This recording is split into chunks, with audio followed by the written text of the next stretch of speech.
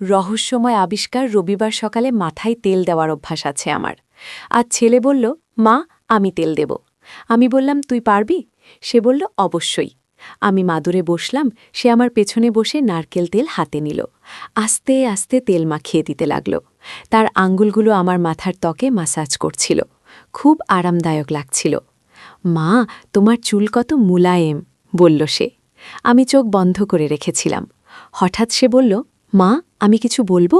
আমি হুম করলাম। সে বলল, তোমার চুলের মতোই আমি তোমার সাথে জড়িয়ে থাকতে চাই। ও? আমি চোখ খুলে পেছনে তাকালাম। সে আমার কাঁধে হাত রেখে বলল, মা আমি তোমাকে ভালোবাসি, শুধু মা হিসেবে নয়, একজন নারী হিসেবেও। আমার গলা শুকিয়ে গেল। ছেলে কি বলছিস? সে আমার চুল নিয়ে খেলতে লাগল। মা আমি জানি এটা অস্বাভাবিক, কিন্তু আমার হৃদয় তোমাকেই চায়। কি? তার হাতের স্পর্শে আমার শরীর শিহরিত হয়ে উঠল। আমি তোমাকে বিয়ে করতে চাই মা, তুমি আমার স্ত্রী হও। নারকেল তেলের গন্ধ আমাদের চারপাশে ছড়িয়েছিল, কিন্তু তার কথার গন্ধ আমার মনে গেঁথে গেল। এই গল্পটি সম্পূর্ণ শুনলে আপনাদের পানি অটোমেটিক বের হয়ে যাবে, সো যত দ্রুত সম্ভব হাতের কাছে টিস্যু নিয়ে বসে পড়ুন। বিছানার চাদর যেন নষ্ট না হয় সেটা সম্পূর্ণ খেয়াল রাখার অনুরোধ জানিয়ে গল্পটি এখন শুরু করব। তার আগে সর্বশেষ অনুরোধ, দয়া করে এমন পানি বের করার গল্প নিয়মিত শুনতে আমাদের চ্যানেলটি সকলেই সাবস্ক্রাইব করুন। ধন্যবাদ। হ্যালো বন্ধুরা, আমার নাম মিতালি সেন। আমার বয়স ৪১ বছর। আমার স্বামীর নাম সুমিত সেন, বয়স ৪৬ বছর। আমাদের ২ সন্তান, অনির্বাণ আর তিথি। অনির্বাণ ১৮ বছর বয়সী, কলেজে পড়ে। তিথি ১১ বছর বয়সী, স্কুলে যায়। আজকের ঘটনাটা শুরু হয়েছিল একদম সাধারণভাবে, কিন্তু যা ঘটল তা আমার জীবনের সবচেয়ে অদ্ভুত অভিজ্ঞতা। অনির্বাণ তেল মাখিয়ে দিতে দিতে হঠাৎ থেমে গেল। আমি জিজ্ঞেস করলাম, কি হলো? সে বলল, মা আমি একটা আজব জিনিস দেখতে পাচ্ছি। কি দেখছিস? আমি উদ্বিগ্ন হয়ে গেলাম। সে বলল, তোমার চুলের মধ্যে একটা ছোট কাগজ আটকে আছে। আমি হাত দিয়ে মাথা ঘেঁটে দেখি সত্যিই একটা ছোট কাগজের টুকরো। অনির্বাণ সেটা বের করে দিল। আমি কাগজটা দেখি। এটা একটা পুরানো মানচিত্রের অংশ। এটা কোথা থেকে এলো মা? অনির্বাণ অবাক হয়ে জিজ্ঞেস করল। আমিও বুঝতে পারছিলাম না। মানচিত্রে কিছু রহস্যময় চিহ্ন আঁকা। আমি সুমিতকে ডাকলাম, সুমিত তুমি একবার এসো। সুমিত এসে মানচিত্রটা দেখে বলল, এটা আমাদের দাদুবাড়ির আশপাশের এলাকার মানচিত্র মনে হচ্ছে। দাদুবাড়ি মানে সুমিতর দাদার বাড়ি, যেটা এখন পরিত্যক্ত অবস্থায় আছে। সেখানে কেউ যায় না। কিন্তু এই চিহ্নগুলো কি? অনির্বাণ উৎসাহিত হয়ে জিজ্ঞেস করল। মানচিত্রে একটা ক্রস চিহ্ন আর কিছু সংখ্যা লেখা। তিথি স্কুল থেকে ফিরে এসে আমাদের এই আলোচনা শুনে বলল, এটা তো গুপ্তধনের মানচিত্রের মতো দেখাচ্ছে। আমরা সবাই মিলে সিদ্ধান্ত নিলাম দাদু বাড়িতে যাব। কিন্তু সেদিন বিকেলেই আরেকটা অদ্ভুত ঘটনা ঘটল। অনির্বাণ আমার কাছে এসে বলল, মা আমি একটা অদ্ভুত স্বপ্ন দেখেছি। কি স্বপ্ন? আমি জিজ্ঞেস করলাম। স্বপ্নে দেখলাম একজন বুড়ো মানুষ আমাকে বলছেন যে তুমি আমার পরিবারের মেয়ে, তোমার মাধ্যমেই আমাদের পারিবারিক গোপন সম্পদ উদ্ধার হবে। খুব? অনির্বাণ বলল। এই কথা শুনে আমার গায়ে কাঁটা দিয়ে উঠল।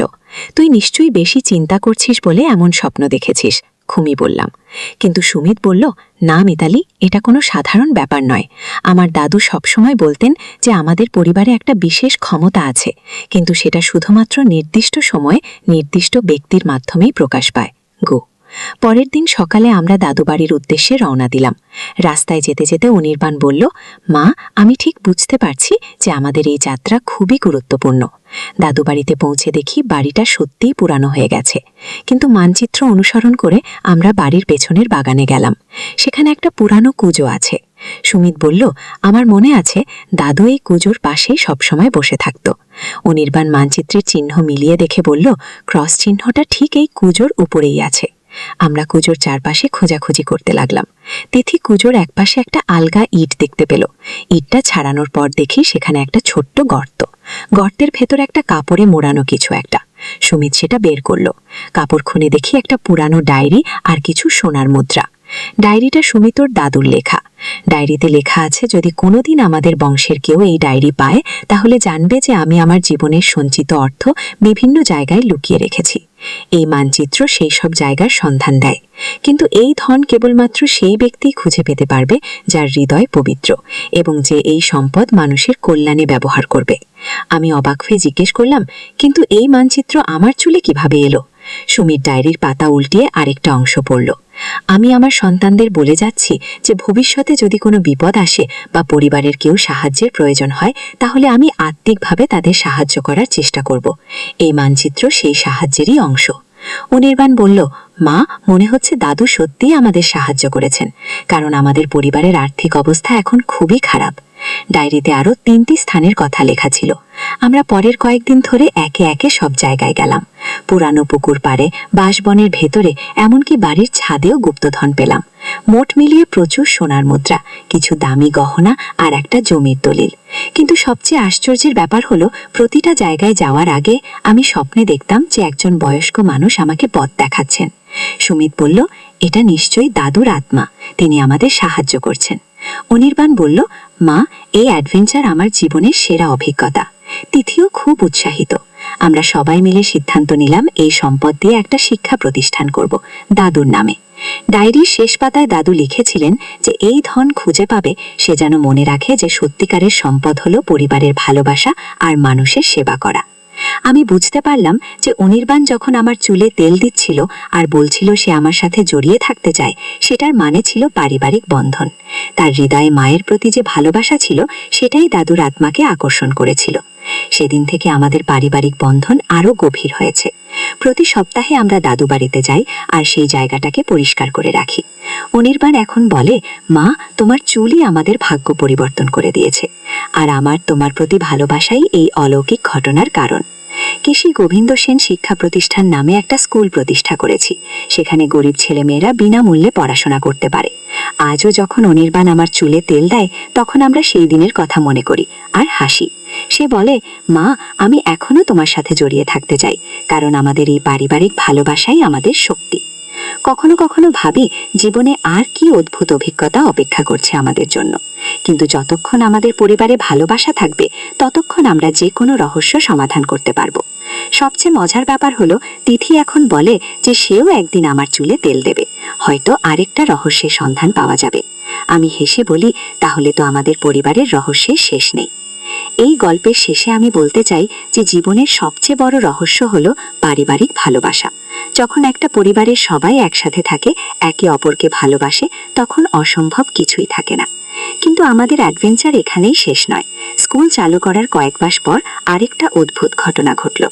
একদিন সকালে অনির্বাণ আমার কাছে এসে বলল, মা, আমি আরেকটা স্বপ্ন দেখেছি। এইবার কি দেখলি? আমি জিজ্ঞেস করলাম। দাদু বলছিলেন যে আরও একটা গোপন কক্ষ আছে দাদু বাড়িতে।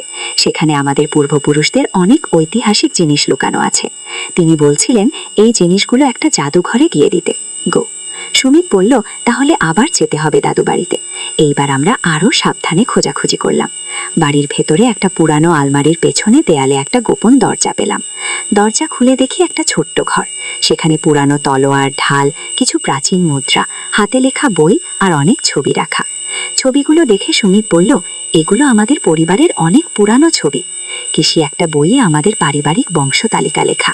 সেখানে দেখি আমাদের পূর্বপুরুষরা অনেকেই বিখ্যাত ব্যক্তি ছিলেন, কেউ কবি, কেউ লেখক, কেউ বা স্বাধীনতা সংগ্রামী। তিথি একটা পুরানো সন্দুক খুলল। সেখানে সোনার গহনা আর রূপার বাসন। আব্বু, এগুলো কি আমরা রাখতে পারি? সে জিজ্ঞেস করল। সুমিত বলল, না বাবা, এগুলো জাদুঘরে দান করে দেব। দাদু সেটাই চাইতেন। আমরা সব জিনিস সাবধানে নিয়ে এলাম। জাদুঘরের কর্তৃপক্ষ অনেক খুশি হলো। তারা বলে এই জিনিসগুলো অনেক ঐতিহাসিক মূল্য আছে। এর কয়েকদিন পর আরেকটা চমক অপেক্ষা করছিল। একদিন দুপুরে আমি রান্নাঘরে কাজ করছিলাম। হঠাৎ অনির্বাণ দৌড়ে এসে বলল, মা, বাগানে একটা পুরানো কুজো পেয়েছি। কোন কুজো? আমি অবাক। আমাদের বাড়ির পেছনেই মাটি খুঁড়তে খুঁড়তে পেলাম। অনির্বাণ আমাকে নিয়ে গেল। সত্যিই একটা পুরানো কুজো। ভেতরে পানি নেই, কিন্তু দেয়ালে কিছু লেখা খোদাই করা। সুমিত এসে লেখাটা পড়ল। এখানে লেখা আছে যে এই কুজো খুঁজে পাবে সে আমাদের প্রকৃত উত্তরাধিকারী, তার জন্য আশীর্বাদ। তিথি বলল, মানে আমরা সবাই প্রকৃত উত্তরাধিকারী। আমরা সবাই হাসলাম। কুজোর তলায় একটা পাথরের নিচে আরেকটা ছোট্ট পেটিকা পেলাম। সেখানে একটা চিঠি আর একটা সোনার আংটি। চিঠিতে লেখা, আমার প্রিয় বংশধরগণ, যদি তোমরা এই চিঠি পড়ো তাহলে বুঝবে যে তোমাদের অনুসন্ধানী মন আছে। এই আংটিটা আমাদের পারিবারিক ঐতিহ্যের চিহ্ন। এটা পরবর্তী প্রজন্মের কাছে হস্তান্তর করো। মনে রেখো, আমাদের পরিবারের সবচেয়ে বড় সম্পদ হলো একটা আর ভালোবাসা। আংটিটা দেখে সুমিত বলল, এটা পড়বে অনির্বাণ, কারণ ওই এই আবিষ্কারের মূল কারণ। কি? অনির্বাণ আংটিটা পরে বলল, না মা, এটা তোমার পড়া উচিত, কারণ তোমার চুলেই প্রথম মানচিত্র পাওয়া গিয়েছিল। আমি আংটিটা পরলাম। অদ্ভুত ব্যাপার, আংটি পরার সাথে সাথে মনে হলো যেন একটা শান্তির অনুভূতি এসেছে। এর কয়েক সপ্তাহ পর স্থানীয় পত্রিকায় আমাদের এই আবিষ্কারের খবর বের হলো। স্থানীয় পরিবারের ঐতিহাসিক আবিষ্কার, কি শিরোনামে! অনেক মানুষ আমাদের দেখতে আসতে লাগলো। একদিন এক বয়স্ক ব্যক্তি এলেন। তিনি বললেন, আমি ইতিহাসবিদ, আপনাদের পারিবারিক ইতিহাস নিয়ে একটা বই লিখতে চাই। কি? আমরা রাজি হয়ে গেলাম। বই লেখার প্রক্রিয়ায় আরও অনেক তথ্য বের হলো। আমাদের পূর্বপুরুষরা ব্রিটিশ আমলে স্বাধীনতা সংগ্রামে অংশ নিয়েছিলেন। তাদের কেউ কেউ গুপ্ত সংগঠনের সদস্য ছিলেন। ইতিহাসবিদ মহাশয় বললেন, আপনাদের পরিবারের ইতিহাস খুবই গৌরব। এই বই প্রকাশ হলে অনেকেই জানতে পারবে গিয়ে। তিথি এখন স্কুলে বন্ধুদের কাছে গর্ব করে বলে, আমাদের পরিবার খুব বিখ্যাত। ও অনির্বাণও কলেজে এই গল্প বলে। সবাই অবাক হয়ে শোনে। কিন্তু সবচেয়ে বড় পরিবর্তন হয়েছে আমাদের পারিবারিক সম্পর্কে। আগে যেখানে অনির্বাণ সারাদিন মোবাইল নিয়ে থাকত, এখন সে ইতিহাস নিয়ে পড়াশোনা করে। তিথি স্কুলে ইতিহাসের ক্লাসে সবচেয়ে ভালো করে। সুমিত বলল, মিতালি, তোমার সেই দিনের চুলে তেল দেওয়াটাই আমাদের জীবন পাল্টে দিয়েছে। গুপ। আমি হাসতে হাসতে বললাম, কে জানত এত সাধারণ একটা কাজের মধ্যে এত বড় রহস্য লুকিয়ে আছে। গিয়ে প্রতি রবিবার এখনও অনির্বাণ আমার চুলে তেল দেয়, কিন্তু এখন আর কোনো মানচিত্র পাওয়া যায় না। তবে আমাদের পারিবারিক আলোচনা হয় আমাদের ইতিহাস নিয়ে। মাঝে মাঝে অনির্বাণ বলে, মা, আমি এখনও তোমার সাথে জড়িয়ে থাকতে চাই, কারণ আমাদের এই পারিবারিক বন্ধনই আমাদের আসল শক্তি। আমাদের স্কুল এখন জেলার সেরা স্কুলগুলোর মধ্যে একটা। অনেক গরিব ছেলেমেয়ে সেখানে পড়ে। তারা বড় হয়ে ভালো কিছু করবে। জাদুঘরে আমাদের দান করা জিনিসগুলো দেখতে অনেক মানুষ যায়। সেন পরিবারের ঐতিহাসিক সংগ্রহকে নাম দিয়ে একটা আলাদা বিভাগ করা হয়েছে। আর সেই পারিবারিক আংটিটা, সেটা আমি এখনও পরি। মনে হয় এটা আমাদের পরিবারের সুরক্ষার মতো কাজ করে। কয়েক মাস আগে তিথি বলেছিল, আম্মু, আমিও একদিন আবিষ্কার করব কিছু। আমি বলেছিলাম, হয়তো করবি, কে জানে।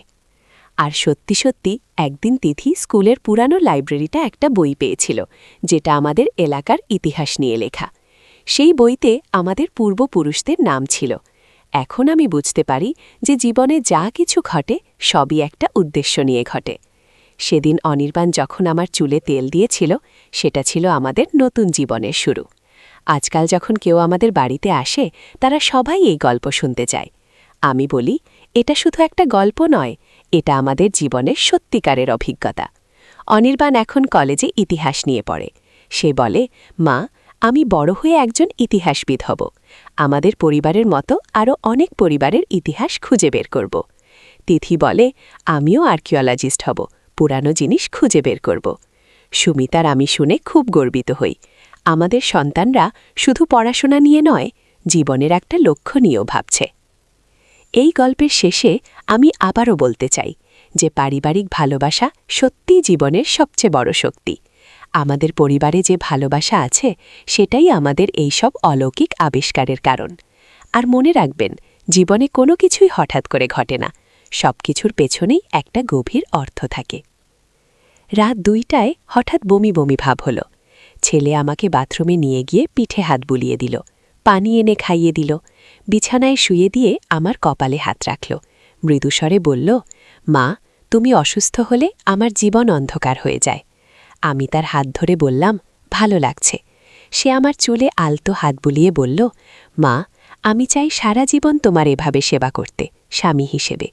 তুমি আমার সবচেয়ে প্রিয় মানুষ। আমি তোমাকে ভালোবাসি। বিয়ে করো আমাকে। অন্ধকার ঘরে তার মুখ দেখতে পাচ্ছিলাম না, কিন্তু তার কণ্ঠস্বরে এমন মায়া যে মনে হলো তার চেয়ে ভালো সেবক আর কেউ নেই।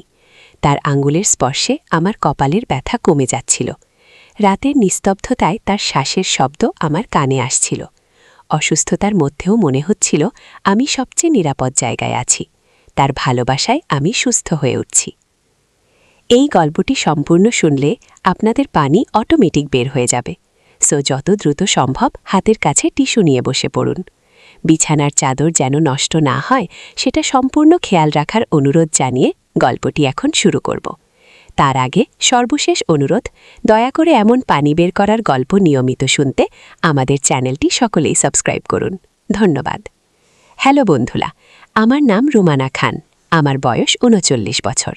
আমার স্বামীর নাম ফারুক খান, বয়স ৪২ বছর। আমাদের ২ সন্তান, সাকিব আর রিনা। সাকিব ২১ বছর বয়সী, ইউনিভার্সিটিতে পড়ে। রিনা ১৪ বছর বয়সী, হাই স্কুলে যায়। আমার এই অদ্ভুত গল্পটা শুরু হয়েছিল গত মাসের একটা রাতে। সাকিব বিশ্ববিদ্যালয় থেকে ছুটিতে এসেছে। রিনা তার পড়াশোনার চাপে অনেকটা শান্ত হয়ে গেছে। আমার স্বামী ফারুক তার অফিসের কাজে সারাদিন ব্যস্ত থাকে। কিন্তু সাকিব আমার প্রতি সবসময় খুব যত্নবান থাকে। তার এই যত্নের মধ্যে কিছু একটা অন্যরকম মনে হচ্ছিল, যা আমি কিছুতেই বুঝতে পারছিলাম না। সেদিন রাতে আমি হঠাৎ অসুস্থ বোধ করতে লাগলাম। পেটে ব্যথা, মাথা ঝিমঝিম করছিল। সাকিব আমার পাশে এসে বসল। তার হাতের স্পর্শ এত মধুর ছিল যে আমার মনে হলো আমি সত্যিই সুস্থ হয়ে যাচ্ছি। সে আমার জন্য গরম দুধ নিয়ে এলো, কপালে সর্দি তেল মালিশ করে দিল। তার এই ভালোবাসার স্পর্শে আমি ভেসে যাচ্ছিলাম। পরদিন সকালে উঠে দেখি আমার বিছানার পাশে একটা ছোট চিঠি। চিঠিতে লেখা ছিল, মা, তুমি আমার জীবনের সবচেয়ে গুরুত্বপূর্ণ মানুষ। আমি তোমাকে খুব ভালোবাসি, কিন্তু একটা সত্য গোপন করে এসেছি। এই চিঠিটা পড়ে আমার মাথা ঘুরতে লাগল। কী সত্য গোপন করেছে আমার ছেলে? চিঠির নিচে লেখা ছিল, আজ রাতে বারান্দায় এসো, আমার সাথে দেখা করো। সারাদিন আমি চিন্তায় পড়ে রইলাম। সাকিব স্বাভাবিক আচরণ করছিল, কিন্তু আমি তার চোখে একটা গভীর রহস্যের আভাস দেখতে পাচ্ছিলাম। রাত ১০টার দিকে সবাই ঘুমিয়ে গেলে আমি চুপচাপ বারান্দায় গেলাম। সাকিব ইতিমধ্যেই সেখানে দাঁড়িয়ে আছে। চাঁদের আলো তার মুখটা অন্যরকম লাগছিল। সে আমার দিকে এগিয়ে এলো, তার হাতে একটা ছোট বাক্স। মা, আমি তোমাকে একটা উপহার দিতে চাই, সে বলল। বাক্সটা খুলে দেখি ভেতরে একটা সুন্দর নেকলেস। নেকলেসটা অদ্ভুত রকমের, এর দানাগুলো চাঁদের আলোয় জ্বলজ্বল করছে। এটা কোথায় পেলি? আমি জিজ্ঞেস করলাম। মা, এটা আমার একটা গোপন। তুমি যদি এই নেকলেসটা পরো তাহলে তুমি সব জানতে পারবে, সাকিব রহস্যময় স্বরে বলল। আমি নেকলেসটা পরলাম। হঠাৎ করে আমার মনে হলো আমি অন্য কোনো জগতে চলে গেছি। চারদিকে একটা নীল আলো। সাকিব আমার সামনে দাঁড়িয়ে আছে, কিন্তু তার চেহারা পরিবর্তন হয়ে গেছে। সে আর আমার ছেলে নয়, সে একজন প্রাচীন যোদ্ধা। মা, আমার আসল নাম আর্জুন। আমি এই পৃথিবীতে এসেছি একটা বিশেষ মিশনে। আমাকে খুঁজে বের করতে হবে হারিয়ে যাওয়া সভ্যতার চাবি, সে বলল। আমি অবাক হয়ে তার দিকে তাকিয়ে রইলাম। তুমি কি বলছো? তুমি তো আমার ছেলে সাকিব। হ্যাঁ মা, আমি তোমার ছেলে, কিন্তু আমি একই সাথে আরও ১০০০ বছর আগে। আমি একটা প্রাচীন সভ্যতার রাজপুত্র ছিলাম। আমার জন্মের সাথে একটা অভিশাপ জড়িত ছিল। আমি প্রতিটা জন্মে আমার মায়ের কাছে ফিরে আসি। এই কথাগুলো শুনে আমার চোখ দিয়ে পানি পড়তে লাগলো, কিন্তু এটা ভয়ের পানি নয়, এটা অভিভূত হওয়ার পানি। আমার ছেলে একজন প্রাচীন রাজপুত্র। কিন্তু তোমার মিশন কি? আমি জিজ্ঞেস করলাম। মা, আমাকে খুঁজে বের করতে হবে ৭টি জাদুকরি পাথর। এই পাথরগুলো দিয়ে আমি আমার হারিয়ে যাওয়া রাজ্য আবার ফিরে পাব। কিন্তু এই মিশনে আমার সাহায্য দরকার, আর সেই সাহায্য পাব তোমার কাছ থেকে। আমি বুঝতে পারলাম কেন সাকিব সবসময় আমার প্রতি এত যত্নশীল থাকে। সে আমার ছেলে, কিন্তু একই সাথে একজন প্রাচীন যোদ্ধাও। আমি তোমাকে সাহায্য করব, আমি বললাম। পরদিন থেকে আমাদের অদ্ভুত অ্যাডভেঞ্চার শুরু হলো। সাকিব আমাকে বলল যে প্রথম পাথরটা আছে আমাদের শহরের পুরাতন মিউজিয়ামে, কিন্তু সেটা পাওয়া মোটেও সহজ নয়। আমরা পরিকল্পনা করলাম রাতের অন্ধকারে মিউজিয়ামে ঢুকব। ফারুক আর রিনা কিছুই জানত না। তারা ভাবত আমরা মা ছেলে একসাথে সিনেমা দেখতে গেছি। রাত ১২টার দিকে আমরা মিউজিয়ামের সামনে পৌঁছলাম। সাকিব তার জাদুকরী শক্তি ব্যবহার করে দরজা খুলে দিল। ভেতরে ঢুকে দেখি পুরো মিউজিয়াম একটা নীল আলো ভরে গেছে। মা, পাথরটা এই মিউজিয়ামের গভীরে লুকিয়ে আছে, কিন্তু সেখানে পৌঁছতে হলে আমাদের অনেকগুলো বাধা অতিক্রম করতে হবে, সাকিব বলল। আমরা এগিয়ে চললাম। প্রথম বাধা ছিল একটা বিশাল দরজা। দরজায় লেখা ছিল একটা ধাঁধা, যে মায়ের ভালোবাসা সন্তানের থেকে বেশি, সেই মা এই দরজা খুলতে পারবে। আমি দরজায় হাত রাখলাম। হঠাৎ দরজা খুলে গেল। সাকিব আমার দিকে তাকিয়ে হাসল। আমি জানতাম তুমি পারবে মা। দ্বিতীয় বাধা ছিল একটা জাদুকরী নদী। নদীর পানিতে হাজারো মুখ ভেসে উঠছে। সাকিব বলল, এই নদী পার হতে হলে আমাদের ভয়ের মুখোমুখি হতে হবে। আমরা নদীতে নামলাম। পানিতে নামতে আমি দেখতে পেলাম আমার সবচেয়ে বড় ভয়গুলো। ছোটবেলায় আমি অন্ধকার থেকে ভয় পেতাম, উঁচু জায়গা থেকে ভয় পেতাম, কিন্তু সাকিব আমার হাত ধরে রাখল। তার স্পর্শে আমার সব ভয় কেটে গেল। তৃতীয় বাধা ছিল একটা জাদুকরী আয়না। আয়নায় আমি দেখলাম আমার অতীত বর্তমান। সাকিব বাক্সটা খুলে পাথরটা নিয়ে নিল। পাথর হাতি নেওয়ার সাথে সাথে পুরো মিউজিয়াম কাঁপাতে লাগলো। আমরা দৌড়ে বের হয়ে এলাম। বাড়িতে ফিরে সাকিব আমাকে বলল, মা, এটা ছিল প্রথম পাথর, আরও 6টা পাথর খুঁজে বের করতে হবে। পরবর্তী কয়েকদিন আমরা দ্বিতীয় পাথরের খুঁজে বের হলাম। এইবার আমাদের যেতে হলো শহরের বাইরে একটা পুরাতন দুর্গে। দুর্গটা প্রায় ভেঙে পড়েছে, কিন্তু সাকিব বলল, এখানেই আছে দ্বিতীয় পাথর। দুর্গে পৌঁছে দেখি সেখানে অনেক রহস্যময় ঘটনা ঘটছে। দুর্গের দেয়ালে নিজে থেকেই আলো জ্বলছে, হাওয়া ছাড়াই দরজা খুলে যাচ্ছে।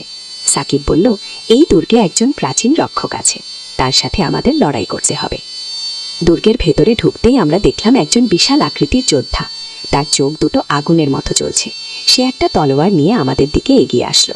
সাকিব তার জাদুকরী শক্তি ব্যবহার করে যোদ্ধার সাথে লড়াই করতে লাগলো, কিন্তু যোদ্ধা অনেক শক্তিশালী।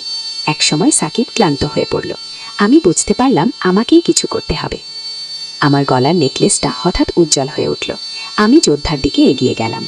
আমি একজন মা, আমার ছেলেকে কেউ কষ্ট দিতে পারবে না, আমি চিৎকার করে বললাম। হঠাৎ করে যোদ্ধা থেমে গেল। তার আগুনের চোখ শান্ত হয়ে গেল। সে আমার সামনে মাথা নত করে দাঁড়ালো। ক্ষমা করুন মা, আমি বুঝতে পারিনি যে আপনি একজন প্রকৃত মা। ভালোবাসার কাছে সব শক্তি ছোট, যোদ্ধা বলল। যোদ্ধা আমাদের দ্বিতীয় পাথরটা দিয়ে দিল। এই পাথরটা ছিল লাল রঙের। সাকিব পাথরটা নিয়ে খুশি হয়ে গেল। এভাবে আমরা একের পর এক পাথর খুঁজে বের করতে লাগলাম। তৃতীয় পাথর পেলাম একটা পুরাতন গির্জায়। চতুর্থ পাথর পেলাম একটা পরিত্যক্ত বাড়িতে। পঞ্চম পাথর পেলাম সমুদ্রের তলায়। ষষ্ঠ পাথর পেলাম পাহাড়ের চূড়ায়। সবচেয়ে কঠিন ছিল সপ্তম ছেড়ে আত্মিকভাবে যেতে হবে। আমি ভয় পেয়ে গেলাম। তার মানে আমরা মরে যাব? না মা, আমরা মরব না। কিছু সময়ের জন্য আমাদের আত্মা শরীর ছেড়ে অন্য জগতে যাবে। আমি সাকিবকে বিশ্বাস করলাম। আমরা আমাদের বিছানায় শুয়ে পড়লাম। সাকিব একটা জাদু মন্ত্র পড়ল। হঠাৎ করে আমার মনে হলো আমি উড়ে যাচ্ছি। পরক্ষণেই আমরা পৌঁছলাম এক অপরূপ জগতে। সেখানে সব কিছু সোনালি রঙের। আকাশে 2টো সূর্য, পাহাড়গুলো রত্নের মতো জলজবল করছে। এটাই আমার আসল রাজ্য, সাকিব বলল। কিন্তু এখন এটা ধ্বংস হয়ে গেছে। অভিশাপের কারণে সব কিছু নষ্ট হয়ে গেছে। আমরা এগিয়ে চললাম। অনেক দূরে একটা প্রাসাদের ধ্বংসাবশেষ দেখতে পেলাম। সেখানে গিয়ে দেখি একটা সিংহাসন। সিংহাসনের ওপর একটা মুকুট। এই মুকুটের মাঝখানে আছে সপ্তম পাথর। সাকিব বলল, কিন্তু মুকুট নেওয়ার সাথে সাথে একটা ভয়ঙ্কর শব্দ হল। আকাশ থেকে একটা দানব নেমে এলো। দানবটা দেখতে ভয়ঙ্কর। তার চোখ থেকে আগুন বের হচ্ছে। তুমি কিভাবে এখানে এলে, অর্জুন? তোমার তো এখানে আসার কথা নয়। দানব রেগে বলল, আমি এসেছি আমার রাজ্য ফিরে নিতে। সাকিব সাহসের সাথে বলল, তুমি পারবে না, তোমার শক্তি এখনও পূর্ণ হয়নি। দানব হাসতে হাসতে বলল। এই সময় আমার নেকলেস আবার জ্বলে উঠল। আমি বুঝতে পারলাম আমার একটা বিশেষ ভূমিকা আছে। আমি সাকিবের মা, তার শক্তির উৎস আমি। একজন মায়ের ভালোবাসায় সব অভিশাপ থেকে বড়। আমি উচ্চস্বরে বললাম। আমার কথা শুনে দানব থমকে দাঁড়াল। আমি সাকিবের দিকে এগিয়ে গিয়ে তার হাত ধরলাম। আমাদের স্পর্শে একটা উজ্জ্বল আলো বের হল। সেই আলোর সামনে দানব টিকতে পারল না। সে চিৎকার করে উধাও হয়ে গেল। সাকিব মুকুট থেকে সপ্তম পাথর বের করল। 7টা পাথর একসাথে রাখতেই পুরো রাজ্য আবার জীবন্ত হয়ে উঠল। ধ্বংসপ্রাসাদ আবার নতুন হয়ে গেল। সোনালি আকাশ আরও উজ্জ্বল হয়ে উঠল। মা, আমার রাজ্য ফিরে এসেছে। এখন আমি আমার আসল রূপে ফিরে যেতে পারি, সাকিব বলল। কিন্তু আমার মনে প্রশ্ন জাগল, তাহলে তুমি কি আর আমার সাথে থাকবে না? মা, তুমিই তো আমার রানীমা হবে। এই রাজ্যেই আমরা থাকব, তবে মাঝে মাঝে পৃথিবীতেও যাব। আমি খুশি হয়ে গেলাম। আমার ছেলে একজন রাজা আর আমি তার রানীমা। আমরা পৃথিবীতে ফিরে এলাম। ফারুক আর রিনা কিছুই টের পায়নি। তারা ভাবল আমরা সারা রাত ঘুমিয়েছিলাম। কিন্তু আমি জানি আমার জীবন পুরোপুরি বদলে গেছে। আমার ছেলে এখন একজন রাজা আর আমি তার রানীমা। পরের কয়েকদিন আমি লক্ষ্য করলাম সাকিবের মধ্যে অনেক পরিবর্তন এসেছে। তার চোখে এক অন্য রকম তেজ, তার কথাবার্তায় রাজকীয় ভাব, কিন্তু আমার প্রতি তার ভালোবাসা আরও বেড়ে গেছে। একদিন সন্ধ্যায় সাকিব আমাকে বলল, মা, আমাদের রাজ্যে একটা উৎসব আছে। সেখানে তোমাকে রানীমা হিসেবে মুকুট পরানো হবে। কিন্তু রিনা আর তোমার বাবা? আমি চিন্তিত গলায় জিজ্ঞেস করলাম। মা, তারাও জানবে। আস্তে আস্তে তারাও আমাদের রাজ্যের অংশ হয়ে যাবে। রিনাও একজন রাজকুমারী হবে আর বাবা হবেন আমার প্রধানমন্ত্রী। সাকিব হাসতে হাসতে বলল। সেই রাতে আমরা আবার সেই জাদুর জগতে গেলাম, এবার পুরো পরিবার নিয়ে। ফারুক আর রিনা প্রথমে ভয় পেয়েছিল, কিন্তু পরে তারাও মজা পেতে লাগল। রাজ্যে পৌঁছে দেখি বিশাল উৎসবের আয়োজন, হাজারো মানুষ, সবাই আমাদের স্বাগত জানানোর জন্য অপেক্ষা করছে। একটা বিশাল মঞ্চে আমাকে বসানো হলো। সাকিব রাজার পোশাক পরে আমার পাশে দাঁড়াল। একজন পুরোহিত এসে আমার মাথায় একটা সুন্দর মুকুট পরিয়ে দিলেন। আজ থেকে আপনি আমাদের রানীমা, পুরোহিত বললেন। সবাই হাততালি দিতে লাগল। আমার চোখে খুশির পানি এসে গেল। আমি কখনো ভাবিনি যে আমার জীবনে এমন অবিশ্বাস্য ঘটনা ঘটবে। রিনাকেও রাজকুমারীর পোশাক পরানো হলো। সে খুব খুশি হয়ে নাচতে লাগল। ফারুকও প্রধানমন্ত্রীর পোশাক পেয়ে গর্বিত হয়ে গেল। উৎসবের পর সাকিব আমাকে রাজপ্রাসাদ ঘুরিয়ে দেখাল। প্রাসাদের প্রতিটি কক্ষ অপরূপ সুন্দর। একটা কক্ষে অসংখ্য বই। সাকিব বলল, এগুলো প্রাচীন গানের বই, এখান থেকে তুমি যে কোনো বিষয়ে জানতে পারবে। আরেকটা কক্ষে ছিল জাদুর আয়না। আয়নায় আমি দেখতে পেলাম পৃথিবীর যে কোনো জায়গার দৃশ্য। এই আয়না দিয়ে তুমি পৃথিবীর যে কোনো জায়গা দেখতে পারবে, সাকিব ব্যাখ্যা করল। সবচেয়ে চমৎকার ছিল বাগান। বাগানে এমন সব ফুল ছিল যেগুলো পৃথিবীতে নেই। ফুলগুলো নিজেই গান গাইছে, প্রজাপতিরা কথা বলছে।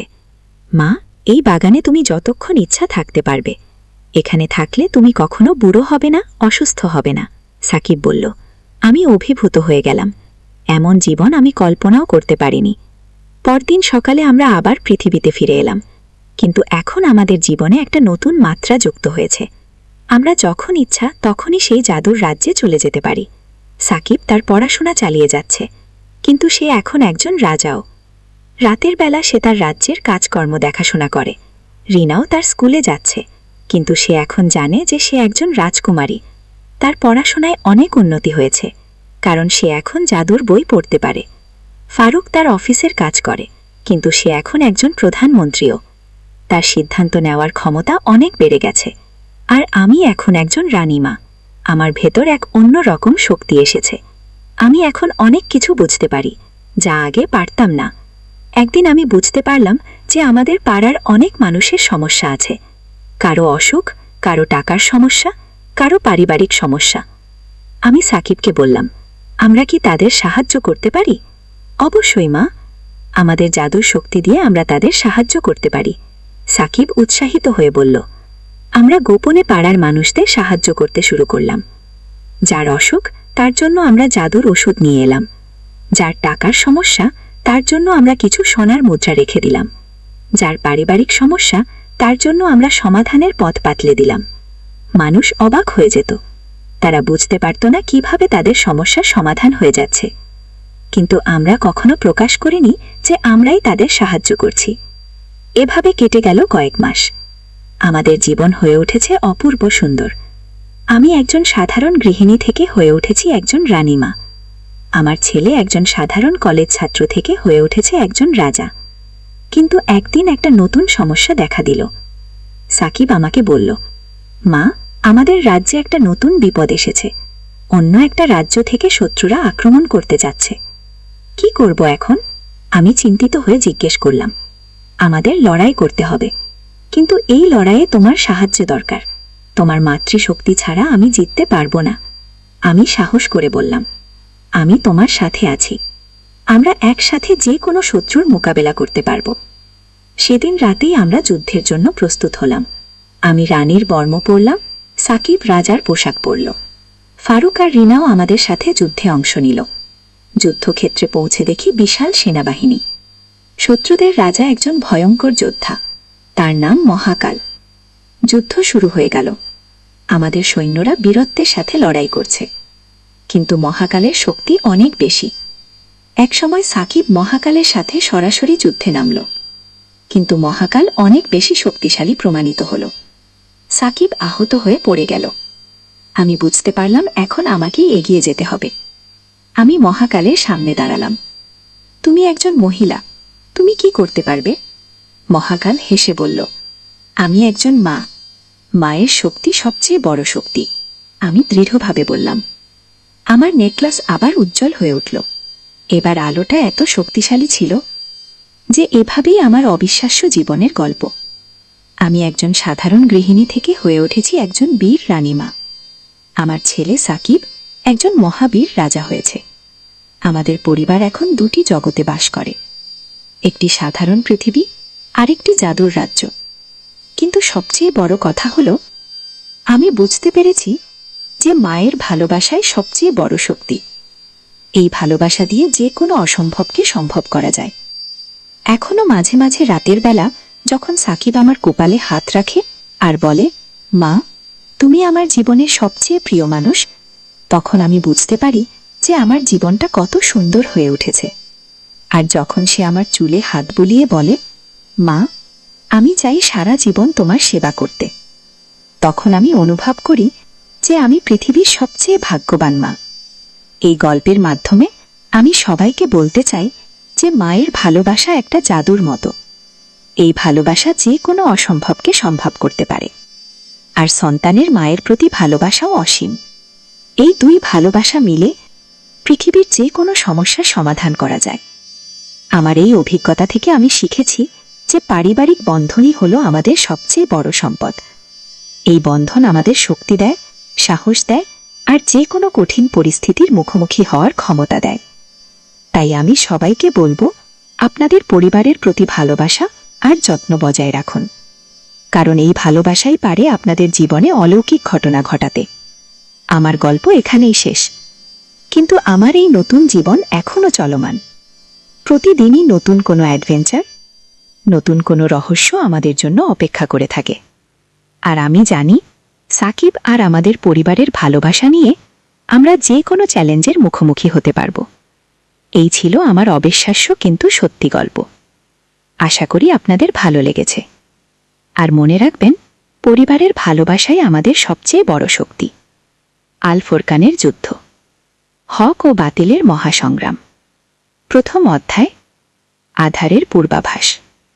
হিজরি ৮৮৫ সালের শীতকাল। আন্দালুসিয়ার সুবর্ণ প্রান্তরে তখনও শরতে শেষ রং লেগে আছে। কর্দোবার মহান মসজিদের মিনার থেকে ফজরের আজান ভেসে আসছে। কিন্তু এই শান্ত সকালেও বাতাসে যেন একটা অশুভ গন্ধ। পূর্ব দিগন্তে কালো মেঘ জমছে, শুধু আকাশে নয়, ইতিহাসেও। আমির আবদুল্লাহ ইবনে মোহাম্মদ আল আন্দালুসি তার প্রাসাদের ছাদে দাঁড়িয়ে সূর্যোদয় দেখছিলেন। তার চোখে চিন্তা।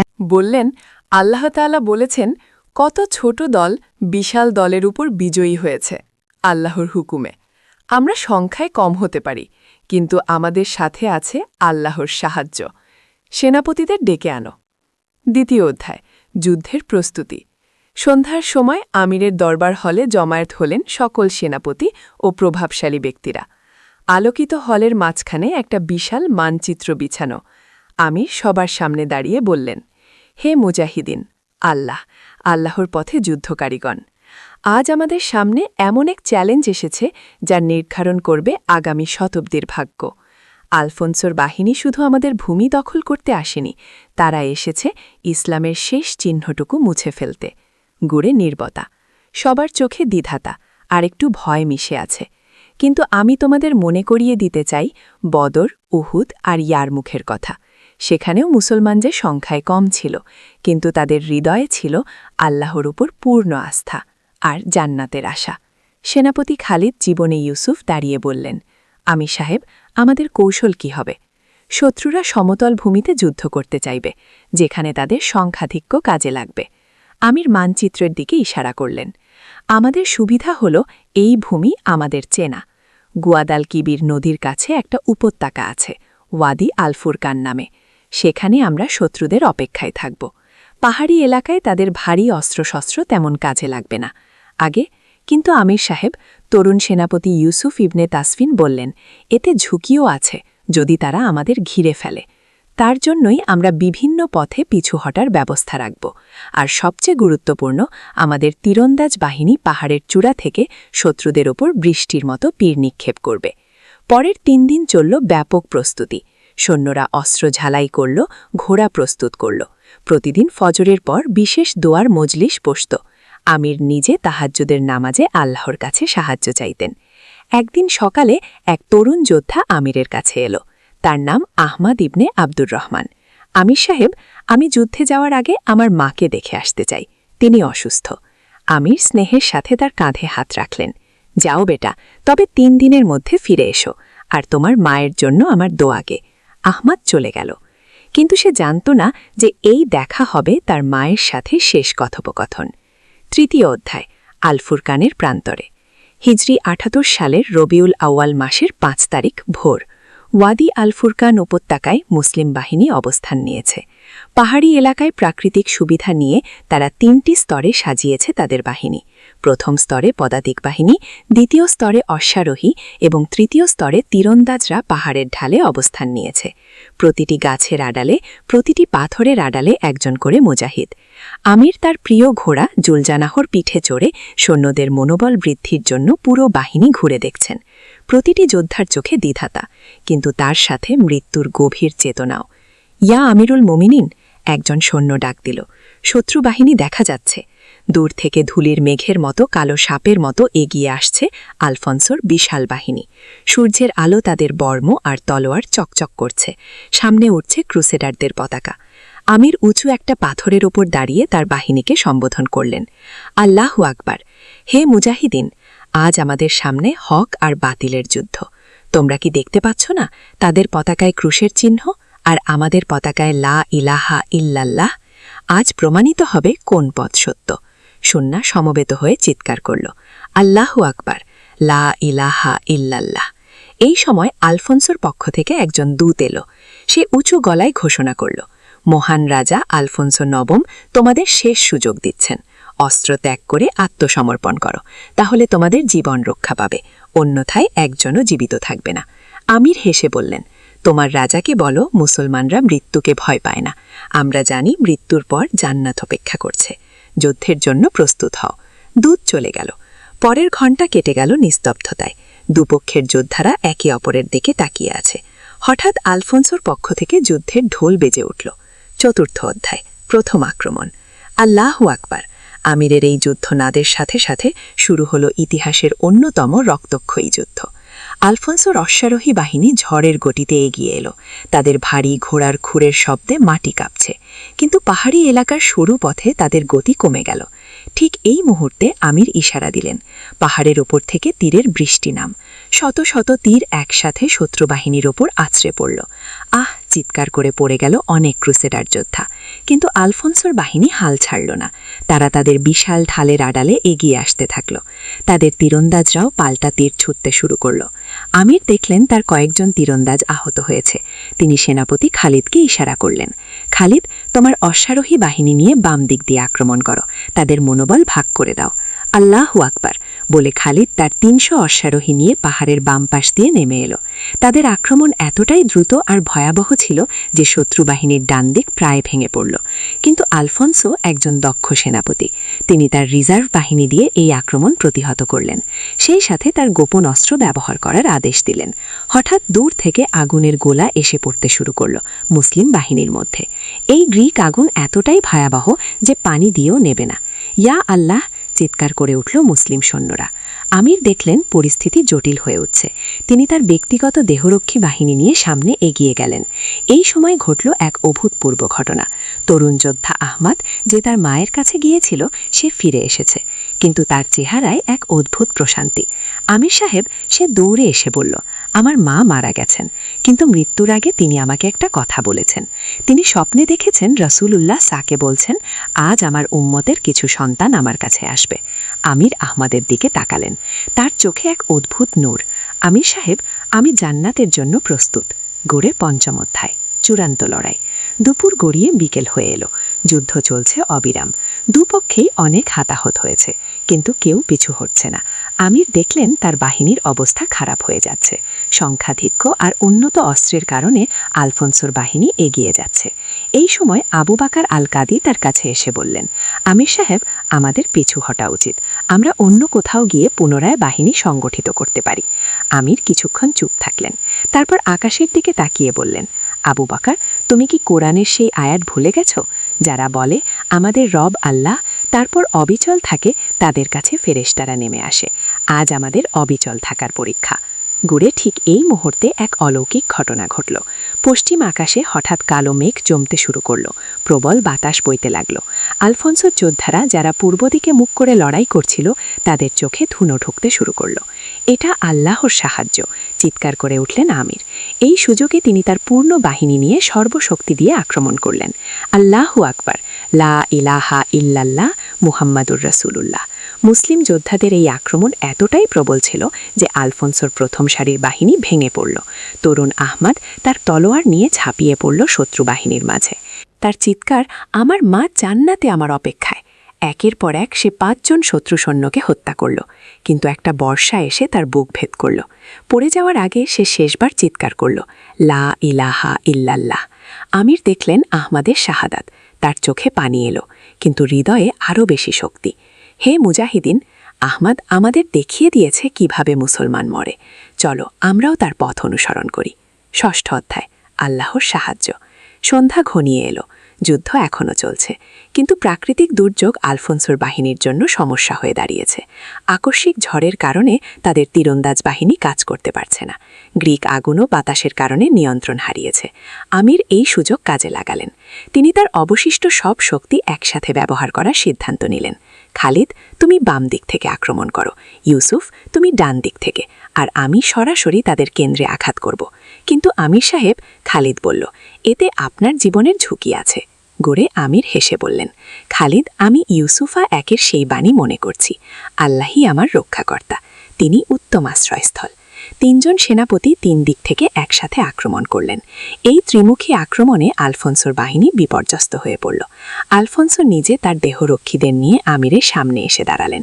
তুমি নাকি আব্দুল্লাহ? আজ তোমাকে হত্যা করে আমি পুরো আন্দালুসিয়া দখল করব। আমির তার তলোয়ার বের করলেন। আল্লাহর নামে আমি তোমাকে চ্যালেঞ্জ করছি। গুড়ে 2 নেতার মধ্যে শুরু হলো এক যুদ্ধ। চারপাশের সবাই লড়াই বন্ধ করে তাদের দিকে তাকিয়ে আছে। আলফোন্সো প্রথমে আক্রমণ করলেন। তার তলোয়ার আমিরের মাথার পাশ দিয়ে বেরিয়ে গেল। আমির পাল্টা আক্রমণ করলেন। তার তলোয়ার আলফোন্সোর বর্মে আঘাত করল, কিন্তু ভেদ করতে পারল না। 2 জনে কয়েক মিনিট ধরে লড়াই করলেন। আলফোন্সো বয়স্ক হলেও অভিজ্ঞ যোদ্ধা, আমির তরুণ কিন্তু ক্লান্ত। হঠাৎ আলফোন্সোর তলোয়ার আমিরের বাম কাঁধে আঘাত করল, রক্ত বের হলো।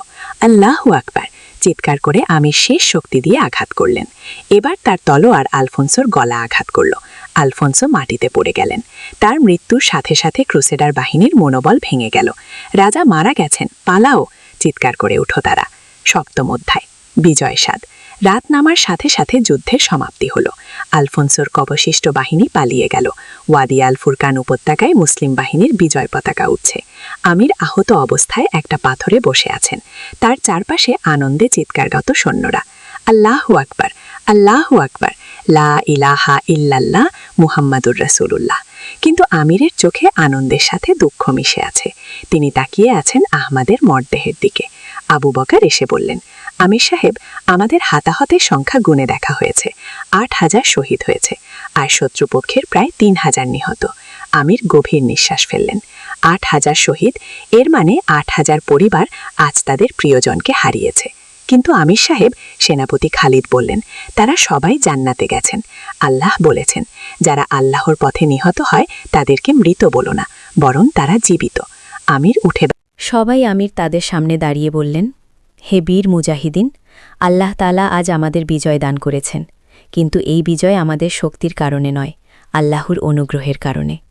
আজ যারা শহীদ হয়েছেন তারা আমাদের চেয়ে বেশি সফল।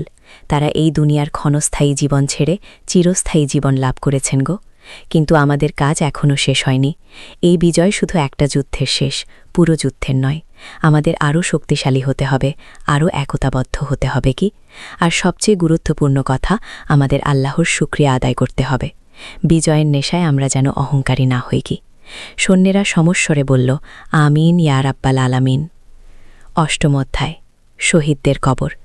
পরের দিন সকালে শুরু হলো শহীদদের দাফনের কাজ।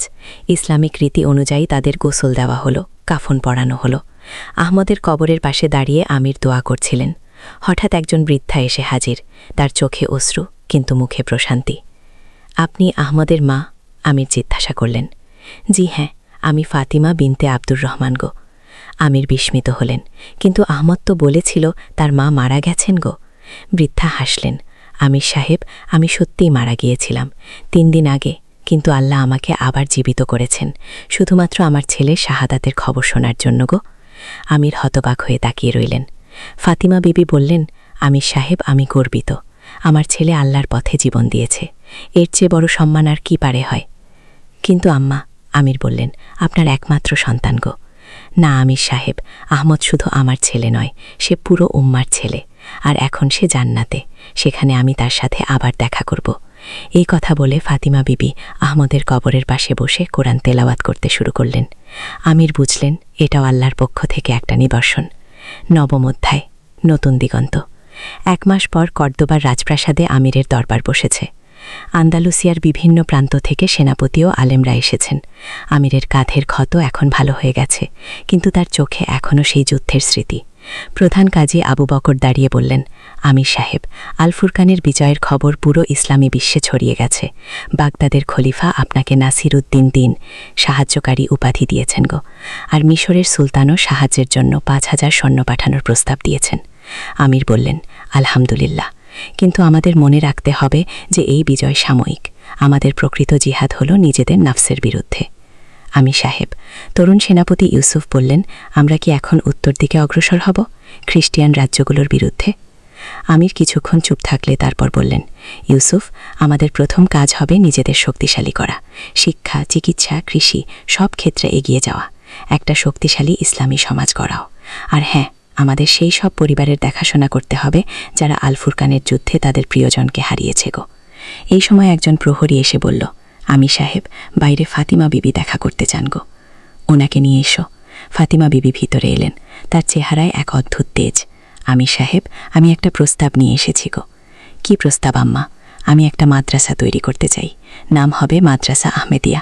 সেখানে শহীদদের সন্তানরা বিনামূল্যে শিক্ষা পাবে। আমির খুশি হয়ে বললেন, চমৎকার ভাবনা। রাজকোষ থেকে এর জন্য অর্থ বরাদ্দ করা হবে কি?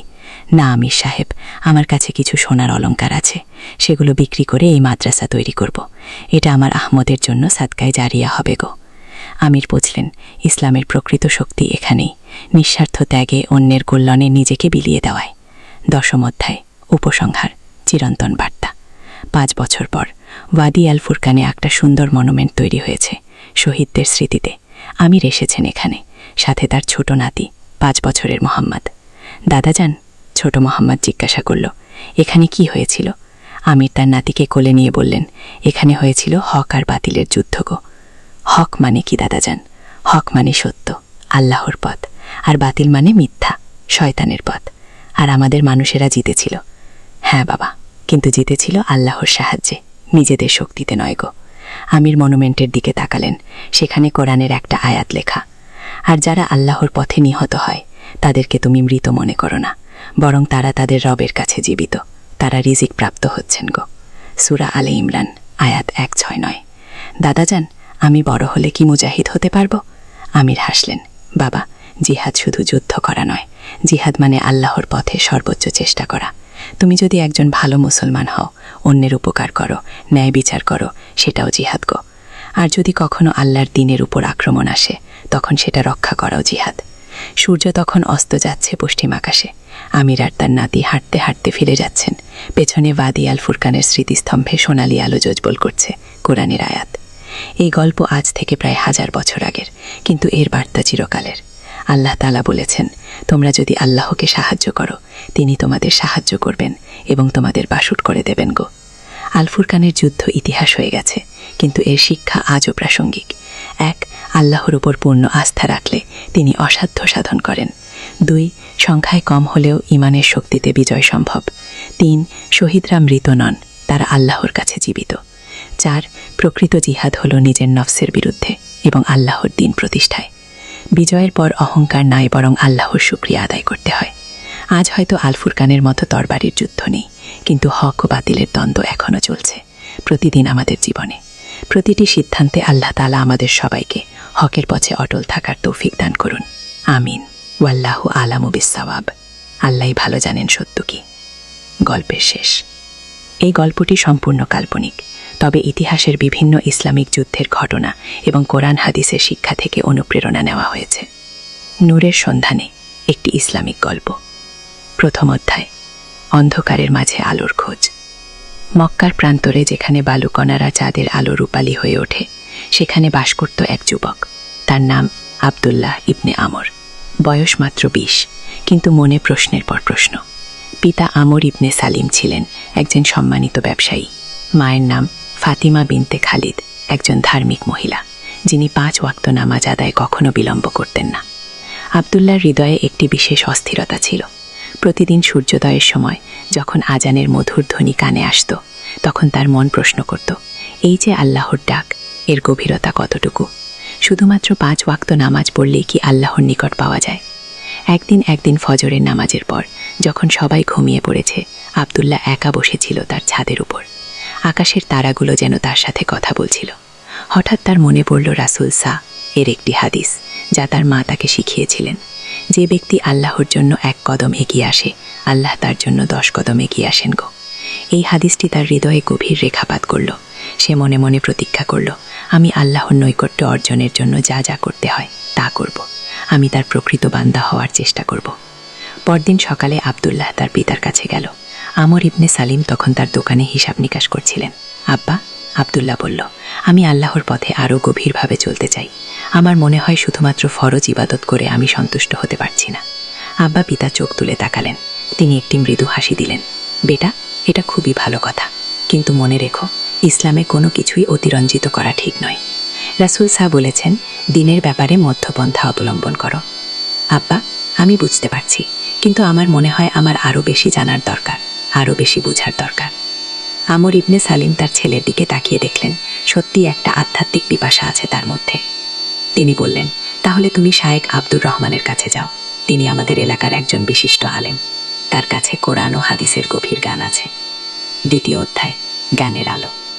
শায়েখ আব্দুর রহমান ছিলেন ৭০ বছর বয়সী একজন মানুষ, যার দাড়ি ছিল সাদা তুষারের মতো, কিন্তু চোখে ছিল তরুণের মতো উজ্জ্বল আলো।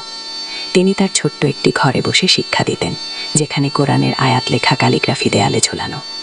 আব্দুল্লাহ যখন প্রথম তার কাছে গেল, শায়েখ তাকে প্রশ্ন করলেন, বেটা, তুমি কি চাও? ওস্তাদ, আমি আল্লাহর নৈকট্য পেতে চাই। আমি জানতে চাই কিভাবে তার একজন প্রকৃত বান্দা হওয়া যায়। শায়েখ মুচকি হাসলেন। এটা খুবই সুন্দর একটা ইচ্ছা, কিন্তু মনে রাখবে, এই পথ সহজ নয়। এই পথে ধৈর্য, অধ্যাবসায় এবং আত্মত্যাগের প্রয়োজন হয়। আমি প্রস্তুত ওস্তাদ। শায়েখ তাকে প্রথমে কোরআন শিক্ষা দিতে শুরু করলেন। প্রতিদিন ফজরের পর আব্দুল্লাহ যেত শায়েখের কাছে। প্রথমে তাকে আরবি ভাষা শেখানো হলো, তারপর তাজবিদ, এরপর কোরআনের তাফসির। দেখো বেটা, শায়েখ একদিন বললেন, সূরা আল ইখলাসের তাফসির করতে গিয়ে, এই ছোট্ট সূরাটিতে তাওহীদের পূর্ণ শিক্ষা রয়েছে। কুলহু আল্লাহু আহাদ, বল তিনি আল্লাহ এক। খানে আহাদ শব্দটির অর্থ শুধু এক নয়, বরং এক যার কোনো অংশীদার নেই, কোনো সমকক্ষ নেই। আব্দুল্লাহ এই শিক্ষাগুলো মনোযোগ সহকারে শুনত এবং নোট করত। কয়েক মাস পর তার কোরআন তেলাওয়াত এতটাই সুন্দর হয়ে গেল যে মসজিদের ইমাম সাহেব তাকে কখনো কখনো তারাবির নামাজে তেলাওয়াত করতে বলতেন। একদিন শায়েখ তাকে বললেন, আব্দুল্লাহ, তুমি এখন কোরআনের বাহ্যিক জ্ঞান অর্জন করেছ। এখন তোমাকে এর ভেতরের জ্ঞান শিখতে হবে। সেটা কি ওস্তাদ? তাহাজ্জুদ নামাজ, জিকির এবং নিজের নাফসের সাথে সংগ্রাম। এটাই তাসাউফের প্রাথমিক পাঠ্য। শায়েখ তাকে শিখিয়ে দিলেন কিভাবে রাতের শেষ তৃতীয়াংশে উঠে তাহাজ্জুদ পড়তে হয়। এই সময়টা শায়েখ বললেন, আল্লাহ পৃথিবীর আকাশে নেমে আসেন এবং বলেন, কে আছে আমার কাছে দোয়া করার? আমি তার দোয়া কবুল করব। কে আছে আমার কাছে ক্ষমা চাওয়ার? আমি তাকে ক্ষমা করে দেব। ৩য় অধ্যায়, পরীক্ষার সময়। আব্দুল্লাহ নিয়মিত তাহাজ্জুদ পড়তে শুরু করল। প্রথম খুবই কষ্ট হতো।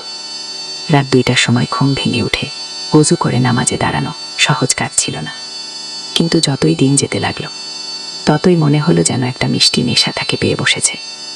তাহাজ্জুদের নামাজে দাঁড়িয়ে যখন সে কোরআন তেলাওয়াত করত, মনে হতো যেন আল্লাহর সাথে সরাসরি কথা বলছে। একদিন এমনি এক তাহাজ্জুদের নামাজে আব্দুল্লাহ দোয়া করছিল, ইয়া আল্লাহ, আপনি আমাকে আপনার নিকট দিন, আপনার প্রিয় বান্দা বানিয়ে নিন।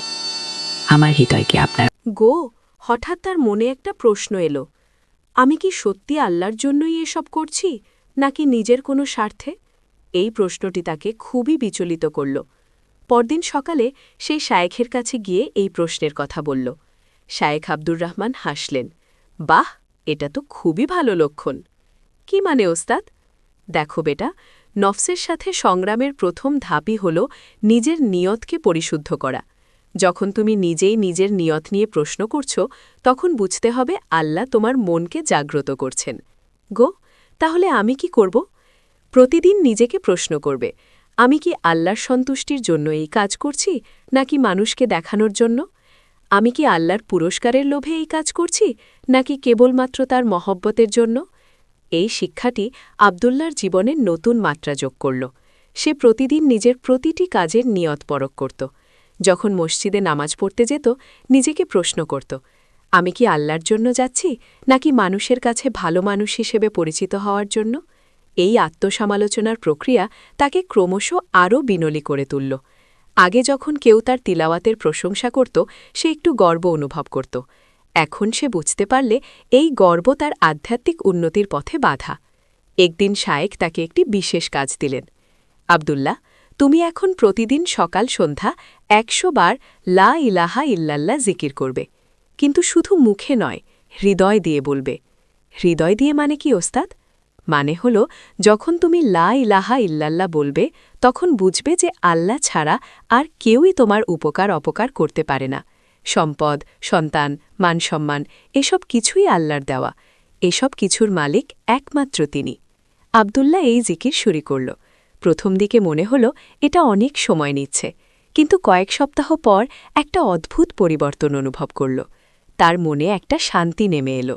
যেসব বিষয় আগে তাকে চিন্তিত করত, যেমন ব্যবসার লাভ ক্ষতি, মানুষের মতামত, সেসব এখন আর বেশি প্রভাবিত করে না। চতুর্থ অধ্যায়, সত্যিকারের পরীক্ষা। আবদুল্লার আধ্যাত্মিক যাত্রা যখন এগিয়ে চলেছে, তখনই তার জীবনে এক বিরাট পরীক্ষা এলো। তার পিতার ব্যবসায় হঠাৎ বড় ধরনের ক্ষতি হল। একটি বড় চালানের পণ্য নষ্ট হয়ে গেল এবং প্রচুর অর্থের ক্ষতি হল। আমির ইবনে সালিম খুবই চিন্তিত হয়ে পড়লেন। আবদুল্লাহ, তিনি একদিন বললেন, তোমাকে এখন পড়াশোনা ছেড়ে পুরো সময় ব্যবসায় মনোযোগ দিতে হবে। আমাদের অবস্থা খুবই খারাপ। ও, আবদুল্লার মনে প্রথমে একটা দ্বিধা দেখা দিল। শায়েখের কাছে যাওয়া, তাহাজ্জুদ পড়া, জিকির করা, এসব কিছু কি এখন কমিয়ে দিতে হবে? সে শায়েখের কাছে গিয়ে এই সমস্যার কথা বলল। শায়েখ আব্দুর রহমান বললেন, বেটা, মনে রাখবে, আল্লাহর ইবাদতের মধ্যে শুধু নামাজ রোজা নেই। পিতামাতার সেবা করা, সংসারের দায়িত্ব পালন করা, হালাল রুজি উপার্জন করা, এসবও আল্লাহর ইবাদত। তুমি তোমার পিতার পাশে দাঁড়াও এবং ব্যবসায় সাহায্য করো, কিন্তু আল্লাহকে ভুলে যেওস না। আগে কিন্তু ওস্তাদ, তাহলে আমার পড়াশোনা কি হবে? জীবনই হল সবচেয়ে বড় পাঠশালা। তুমি যখন সততার সাথে ব্যবসা করবে, দরিদ্রদের সাহায্য করবে, কর্মচারীদের সাথে ভালো ব্যবহার করবে, এগুলো আল্লাহর শিক্ষার অংশ। আবদুল্লাহ তার পিতার ব্যবসায় যুক্ত হল, কিন্তু সে তার আধ্যাত্মিক অনুশীলন ছাড়ল না। সকাল সন্ধ্যা জিকির, তাহাজ্জুদ নামাজ সব চালিয়ে গেল, শুধু সময়টা একটু কমিয়ে দিল। ব্যবসায় কাজ করতে গিয়ে আবদুল্লাহ নতুন কিছু শিখল। একদিন তার কাছে একজন গরিব মানুষ এসে কিছু খাবার কিনতে চাইল, কিন্তু তার কাছে পুরো টাকা নেই। আবদুল্লাহ তাকে বাকিতে দিয়ে দিল। বেটা, পিতা বললেন, ব্যবসায় আবেগ চলে না। গিয়ে আব্বা, আবদুল্লাহ বলল, রাসূল সাহ বলেছেন, যে ব্যক্তি কোনো মুমিনের বিপদে সাহায্য করে, আল্লাহ তার বিপদে সাহায্য করেন। আমার মনে হয় আল্লাহই আমাদের সাহায্য করবেন। দিন যেতে লাগল। আবদুল্লাহর সততা এবং ভালো ব্যবহারের জন্য তাদের দোকান ক্রেতার সংখ্যা বাড়তে লাগল। মানুষ জানো যে এখানে ভেজাল নেই, ঠকানো নেই। ধীরে ধীরে ব্যবসার অবস্থা ভালো হতে শুরু করল। কিন্তু এর মধ্যে আবদুল্লাহর আরেকটি বড় পরীক্ষা এলো। তার বন্ধু আহমদ তাকে একটি প্রস্তাব দিল। আবদুল্লাহ, আহমদ বলল, আমি একটা উপায় জানি যাতে খুব তাড়াতাড়ি অনেক টাকা আয় করা যায়। তুমি যদি চাও আমি তোমাকে বুঝিয়ে বলি। কি সেই উপায়? আবদুল্লাহ জিজ্ঞাসা করল। আহমদ তাকে কিছু অনৈতিক ব্যবসার কথা বলল। দেখো, সবাই এটা করে, এতে কোনো সমস্যা নেই। আবদুল্লার মন একটুখানি দোদুল্যমান হল। তাদের আর্থিক অবস্থা উন্নতি হলেও এখনও সম্পূর্ণ ভালো হয়নি। তাড়াতাড়ি টাকা আয় করার একটা লোভ মনে এলো। কিন্তু তখনই তার মনে পড়ল শায়েখের একটি কথা, বেটা, আল্লাহর রাস্তায় যখন কোনো কঠিন পরিস্থিতি আসে, তখনই পরীক্ষা হয়। তুমি সত্যিই আল্লাহর উপর ভরসা রাখো নাকি নিজের বুদ্ধির উপর? আবদুল্লাহ আহমদকে বলল, ভাই, আমি হালাল পথেই রুজি করতে চাই। তুমি যা বলছো সেটা আমার জন্য ঠিক হবে না। আহমদ একটু রেগে গেল। তুমি বট সরল, এভাবে জীবনে কিছু করতে পারবে না। সেই রাতে আব্দুল্লাহ তাহাজ্জুদ পড়ে দোয়া করল, ইয়া আল্লাহ, আপনি আমাকে হালাল রুজি দিন, আমার আর্থিক সমস্যা সমাধান করুন, কিন্তু হালাল পথে। পঞ্চম অধ্যায়, অপ্রত্যাশিত সাহায্য। আব্দুল্লাহ যে রাতে এই দোয়া করেছিল তার কয়েকদিন পর একটি অপ্রত্যাশিত ঘটনা ঘটল। তার দোকানে একজন অপরিচিত বয়স্ক লোক এলেন। তিনি কিছু খাবার কিনলেন এবং আব্দুল্লাহর ব্যবহারে খুশি হয়ে জিজ্ঞাসা করলেন, বেটা, তুমি কি শুধু খুচরা জিনিসপত্র বেচো নাকি পাইকারি ব্যবসাও করো? আব্দুল্লাহ বলল, চাচা, আমি যেটা পারি সেটাই করি, আমাদের মূলধন কম, তাই বড় কিছু করতে পারি না গিয়ে। লোকটি বললেন, আমি একটি বড় ব্যবসায়ী প্রতিষ্ঠানের মালিক, আমার একজন বিশ্বস্ত সাপ্লায়ার দরকার, তুমি যদি চাও আমি তোমাকে একটা চুক্তি দিতে পারি। কি? আব্দুল্লাহ প্রথমে বিশ্বাস করতে পারল না, কিন্তু লোকটি তাকে তার কার্ড দিলেন এবং বললেন পরের দিন তার অফিসে যেতে। পরদিন আব্দুল্লাহ পিতার সাথে সেই অফিসে গেল। সত্যি লোকটি একটি বড় কোম্পানির মালিক। তিনি তাদের একটি চুক্তি অফার করলেন যা তাদের আর্থিক সমস্যা সমাধান করে দিতে পারে। কিন্তু লোকটি বললেন, আমার একটি শর্ত আছে, আমি চাই যে তোমরা সবসময় সততার সাথে ব্যবসা করবে, কোনো ধরনের ভেজাল বা প্রতারণা থাকবে না। আব্দুল্লাহ এবং তার পিতা সানন্দে রাজি হলেন। সেই রাতে আব্দুল্লাহ শুকরিয়ার নামাজ পড়ল। সে বুঝতে পারল যে আল্লাহ সত্যি তার দোয়া কবুল করেছেন। পরের দিন সকালে শায়েখের কাছে গিয়ে সব ঘটনা বলল। শায়েখ আব্দুর রহমান হাসলেন। দেখেছ বেটা, আল্লাহ তার বান্দাদের ছেড়ে দেন না। তুমি যখন হারাম পথ প্রত্যাখ্যান করেছ তখনই আল্লাহ তোমার জন্য হালাল পথ খুলে দিয়েছেন। উস্তাদ, আব্দুল্লাহ বলল, এখন আমার জীবন অনেক ব্যস্ত হয়ে যাবে, আমি কি আমার আধ্যাত্মিক চর্চা চালিয়ে যেতে পারব? অবশ্যই পারবে, কিন্তু এখন তোমার পদ্ধতি পরিবর্তন হবে।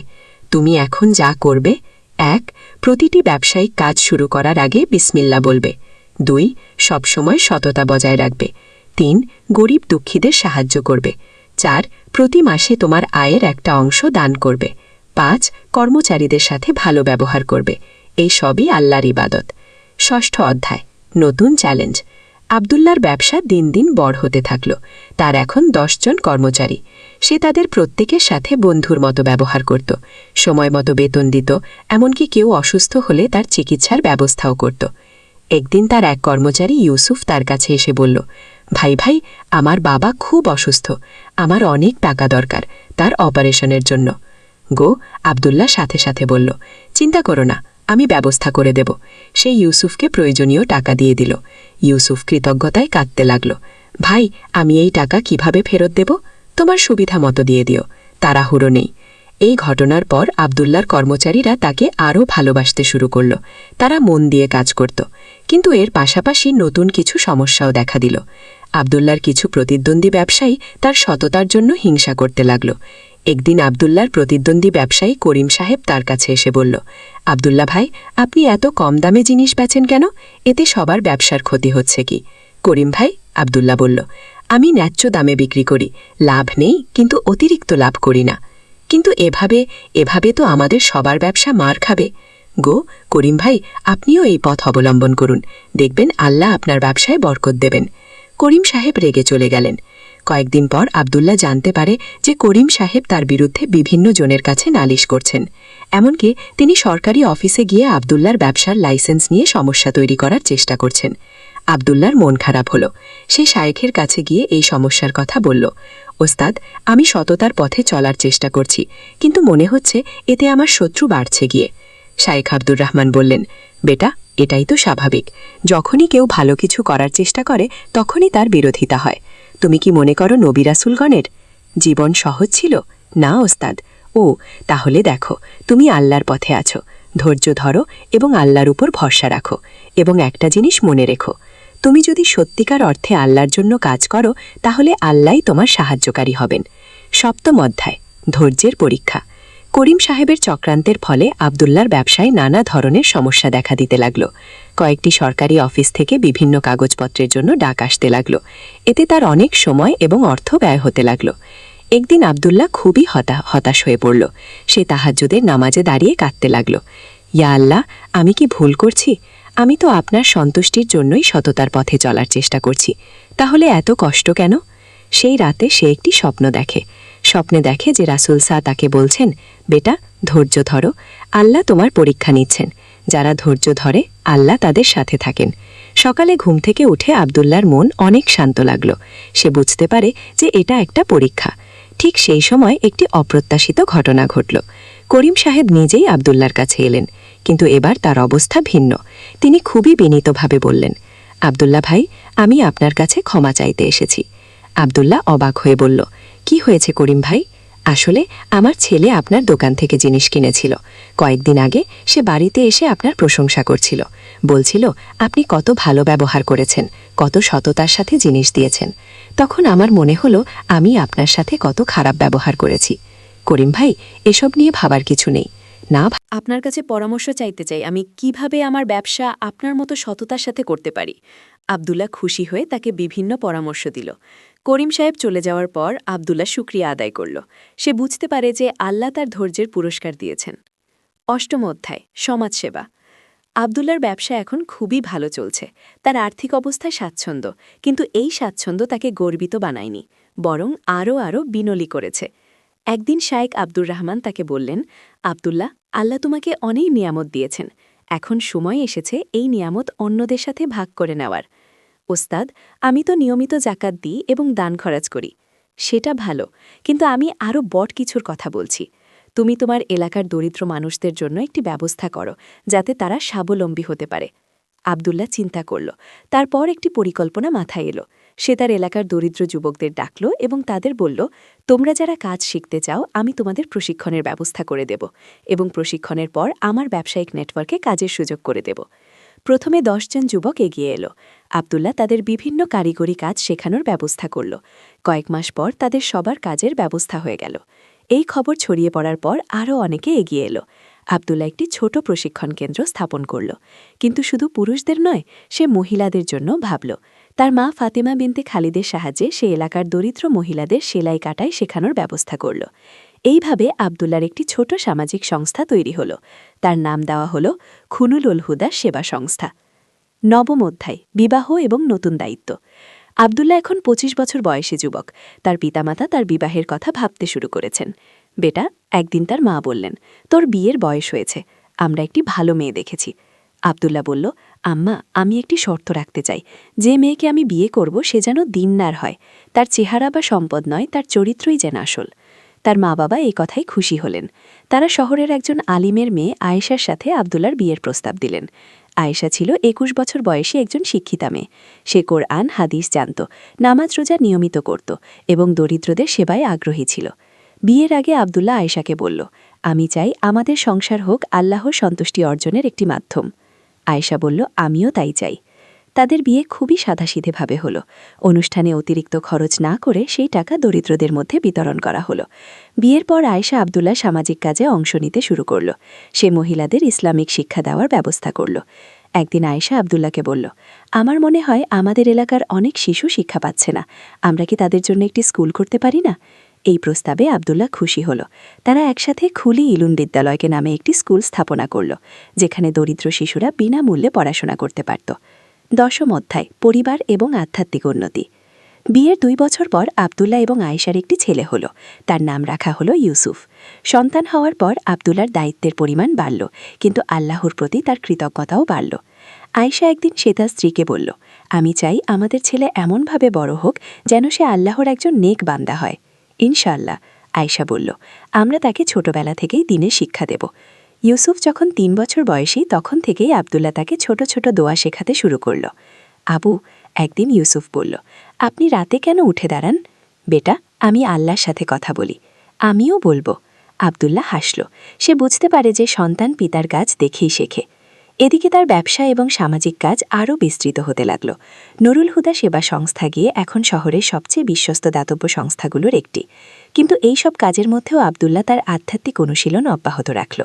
প্রতিদিন তাহাজ্জুদ, নিয়মিত জিকির এবং শাইখের কাছে হাজিরা সব কিছু চালিয়ে গেল।